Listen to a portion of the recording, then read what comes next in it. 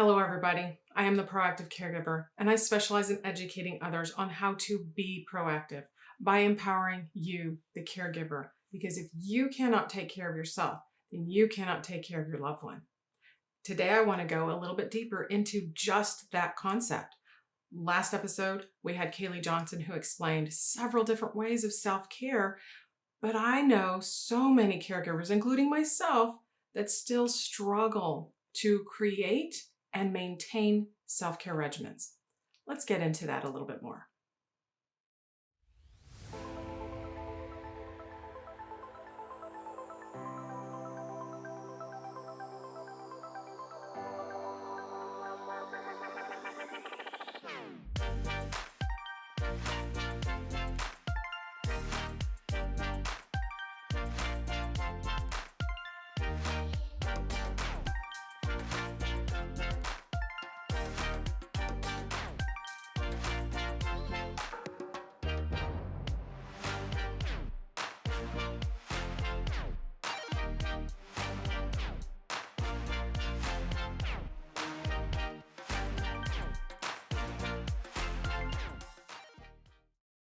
So today I want to take a closer look and actually discuss what is it that keeps us as caregivers from actually creating these self-care regimens. I know many of us the first thing that comes to mind is we're just too tired. I get it. But a lot of the reasons we tell ourselves that we cannot commit to self-care would actually help with that fatigue if we just start one thing. One small thing. Last episode, Kaylee talked about several. She went over, let's see, mental, emotional, physical, social, spiritual, practical, and professional self-care. So you can see there are several different ways. But with all these different ways, why do we struggle? Well, I tend to believe this struggle is because our heart isn't in it most of the times. And I understand this now because when I reflect on the early years with Mom, she wasn't always in this lazy, fatigued, withdrawn, no desire for life kind of way. She actually had this go-getter, adventurous, high energy that was loving and looking forward to creating in so many different ways, whether it was her flower bed or the doll houses with all the miniature stuff, or doing things with grandchildren. She wasn't always lacking in that area. So when I thought about it more, when was it when she actually started to break this self-care regimen? I looked at it in a way of where was her heart space? Because now I understand how strong our heart and the energy that we give off and receive can actually be. So back in the early years, Mom actually had this go-getter energy that turned into a broken heart. And once that broken heart energy dominated her way of life, she slowly and gradually lost the desire to actually do things for herself. She still struggled and tried to do things outside of herself for others because as a teacher, she had to keep going. She had a fiscal school year. She had students. She had others. She had us. So looking inward just wasn't the thing because what I learned to do is to deflect and avoid and distract myself because sometimes that heart space isn't comfortable to be in. Sometimes we don't want to feel all the things all the time. But just like Mom, I learned from her to avoid the emotions that were coming up from all these life events and life activities that just left me wondering, why? Why do I need to do this? Why do I have to do it this way? Why is this an expectation of mine? I think caregivers get into this space of giving, and not practicing receiving or even turning it and giving it to themselves because their heart isn't in it. It's easy to say, When I'm done at the end of the day, the first thing I want to do is just sit on the couch and watch TV. I just want to unplug and stop feeling like I'm going, and just not think about anything, not have to put any mental energy in it, not even feel anything emotionally. I just want to observe what's going around and not have to respond. But that is that deflective, that is the avoidance, that is the distractions that I find comfort in many of the times, because if I allowed myself to get into that heart space, I actually took time to cry and feel what's happening. Where is the direction that mom's health was going? Knowing where it was heading, and then feeling, oh no, it's getting there faster and I'm not ready. But ironically, by giving to her, it was a distraction and it helped me not feel what was happening, not feel these changes that were coming about, not feel that I was enough to give the care that she deserved and that I was doing as much as I could within my limitations, within my boundaries. So when we get into that heart space, there's a difference in energy. There's a difference in what we receive and what we give out. If you find yourself being frustrated with your loved one, they're not doing what you're asking, they're not doing what they need to be doing, or what you feel they need to be doing, take a break and do this check-in to see, where is my heart right now? What is my energy? The reason I say this is because when I went over some more recent stats that came out from AARP, it was eye-opening and shocking and perfect proof that the caregivers are not leaning into self-care as much as they need to. So here's interesting facts. Back in 2017, this actual data came out in 2019, was estimated that the value of caregiving, all the hours that caregivers gave in, was up to $470 billion worth of care if it was given towards wages. More recently, let's say in 2021, the report was done that that number actually increased to $600 billion of care that caregivers are giving.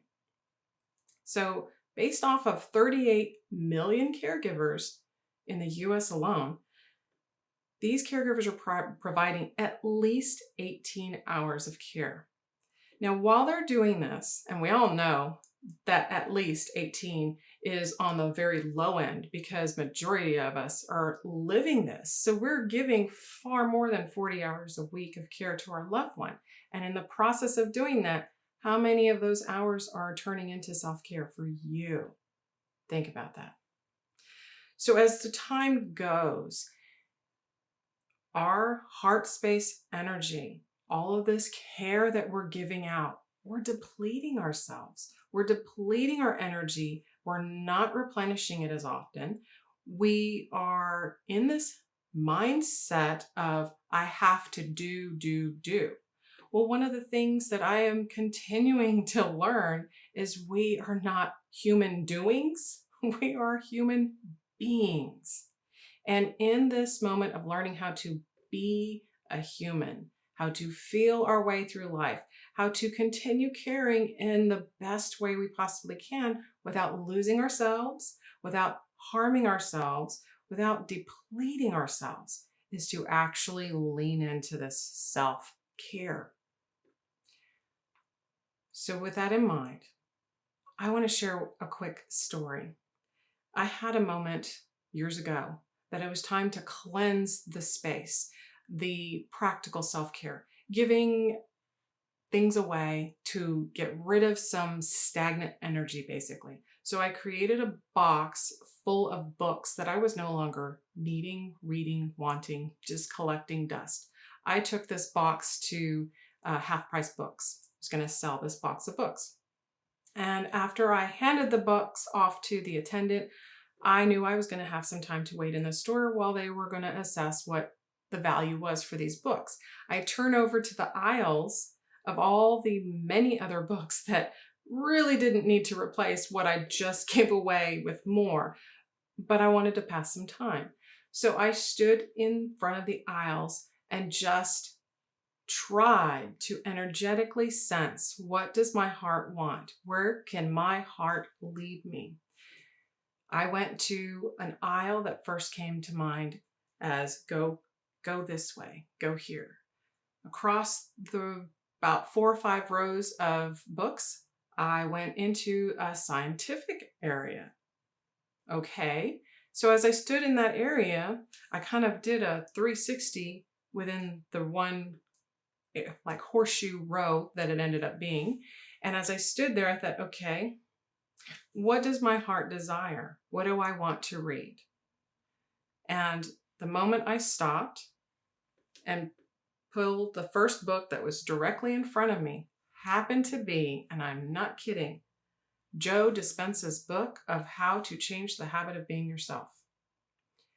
I took this book, and as I stood there reading what seemed to be 20 minutes of waiting for my books to be assessed, it was apparent to me this was divinely orchestrated. I needed to read this, and it was coming home with me. As I went through this book, I realized there are so many things we do as caregivers, our routines. It's the doing. We become that human that's doing things all the time because those are the things that give us purpose. Those are the things that make us feel good. Those are the things that distract us from life. If I'm going to change the habit of being myself, then I really had to come into this safe space, this realization that I can't think all the time. I can't analyze things all the time. And as a Virgo, that's hard. I needed to feel things more often. I needed to experience life in a different way. Feeling things in a different way started for me when self-care became important. Once I started this new routine, these regimens of setting the alarm clock just a little bit earlier so I had enough time to get up, 5 minutes, 10 minutes, just a little bit earlier so I got to sit down and do a quick meditation. This routine consistently built and built to where I got 30 minutes of meditation because the more I did it, the more I wanted to do it, the more I looked forward to do it, the more I acknowledged this is for me. This is good for my mind, my heart, and my soul. Then I started adding yoga. Again, 30 minutes of meditation, 5 minutes of yoga, and then it turned into 10 minutes. And eventually I was doing 30 minutes of meditation and 30 minutes of yoga. Again, the more I did this, the more I wanted to do it, the more I needed to do this, the more I craved this time for myself. I kept piling and adding on to this. I started leading more into the mental self-care, the emotional self-care, the social self-care. Being present with others was easier. I didn't feel the burden as much that I couldn't share with others what was happening in my world of caregiving that they wouldn't understand. So I was feeling like I had to keep this to myself. I started to express myself more. I started to experience others in different ways and understanding, wow, they're needing some heart space self-care. They're needing to shift their energies too. So now I'm noticing how good it felt for me inside and seeing with others how they're lacking in it. And if they just gave themselves, like I did, those few moments a day, what a difference they could experience. Now I recognize that self-care is not only not selfish for me to do, but necessary. These are the areas that change and continue to change my life because the more self-care I give to myself, the stronger I feel in heart and mind, and the more I have to give back to others. Not just as a caregiver in my home, but to others in general, everywhere. I now feel like I've become the pebble in the pond. Even though I used to feel like I was just a small speck of sand, I couldn't affect or change anything in the world. But now, because I give to myself, I now feel like I'm that pebble in the pond. So when I throw myself out there into social moments, I am now creating ringlets of energetic reactions to others to show how good it can be, how wonderful it feels to give to yourself. So when I get those compliments now that you look great, you look like you're glowing, you look so happy, what do you do? Where do you go? What products you use? I just remind them it is just as much what I do for myself on the inside as what I do for others on the outside. So I want to challenge you as you're going throughout your days and you are feeling so down energetically, emotionally, however that mindset that's making you feel low, stop and think, why do I feel so low?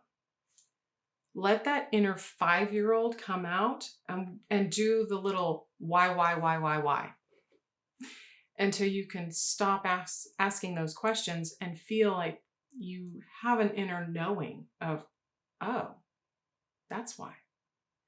Why do I feel this way? Maybe you're hungry. Maybe you're thirsty. Well, I ate and I had some coffee. Why do I still feel this way? Well, maybe what I put into my body didn't give me the energy that I needed.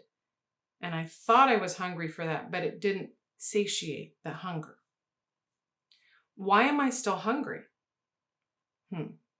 Well, if I ate this food and I drank this beverage and I'm still feeling hungry, is it food that I'm actually craving? Why am I feeling these emotions?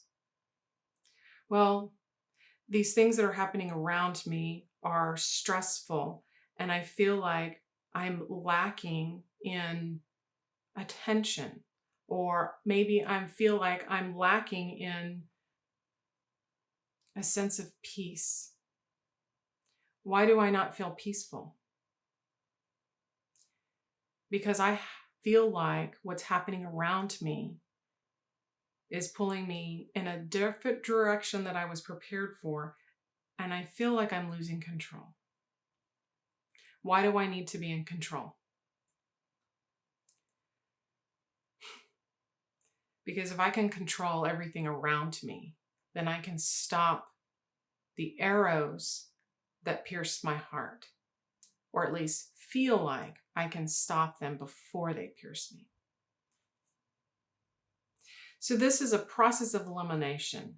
This is giving yourself time to actually think this through.